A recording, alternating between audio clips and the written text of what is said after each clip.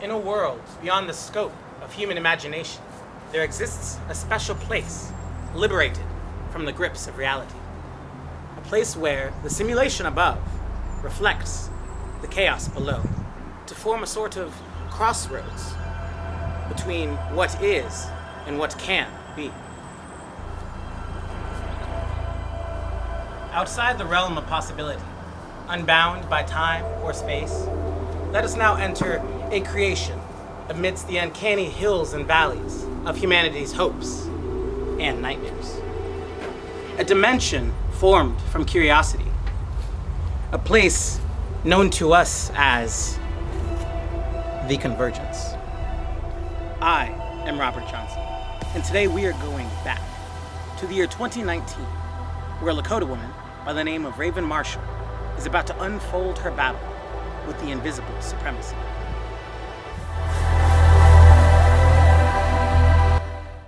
Food is weaponized against brown communities, people of color, black, indigenous communities, because it's literally, why the government doesn't have to kill us anymore because our bodies are doing it for us. They're killing, our bodies are dying from the inside out because of the foods that we're eating.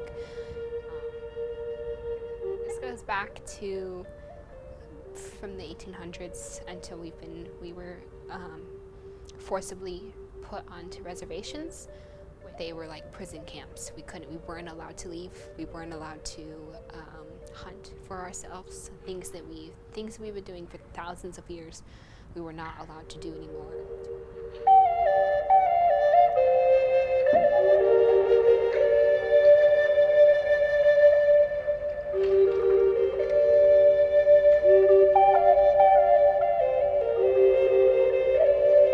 If you're on a reservation and you live in what we call food deserts, you don't have access to any foods that have nutritional value. They're really only like high calorie, high sugar, high fat content foods.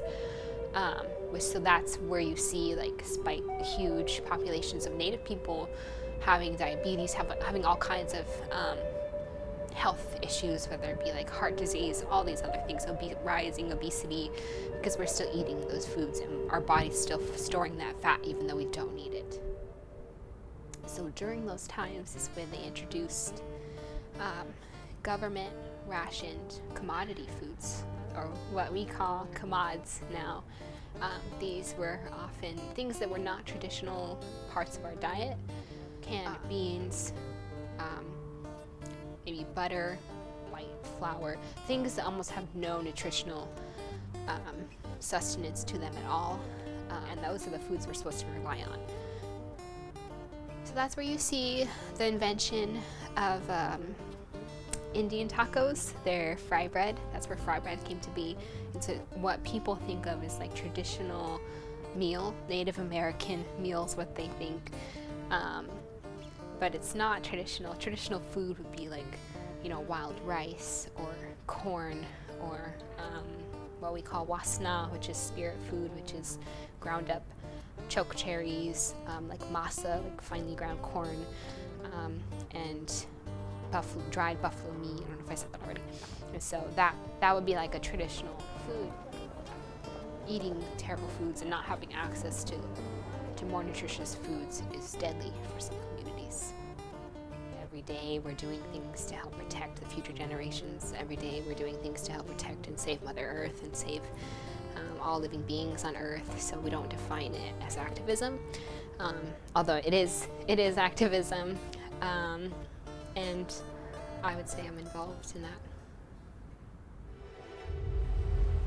The methods of oppression aren't always as overt as one might think.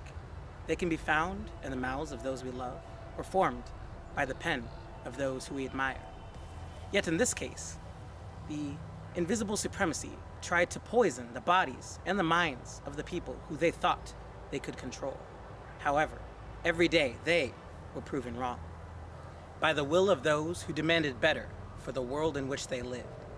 The people of this time have never stopped fighting. I'm Robert Johnson. Stay thinking. Stick together.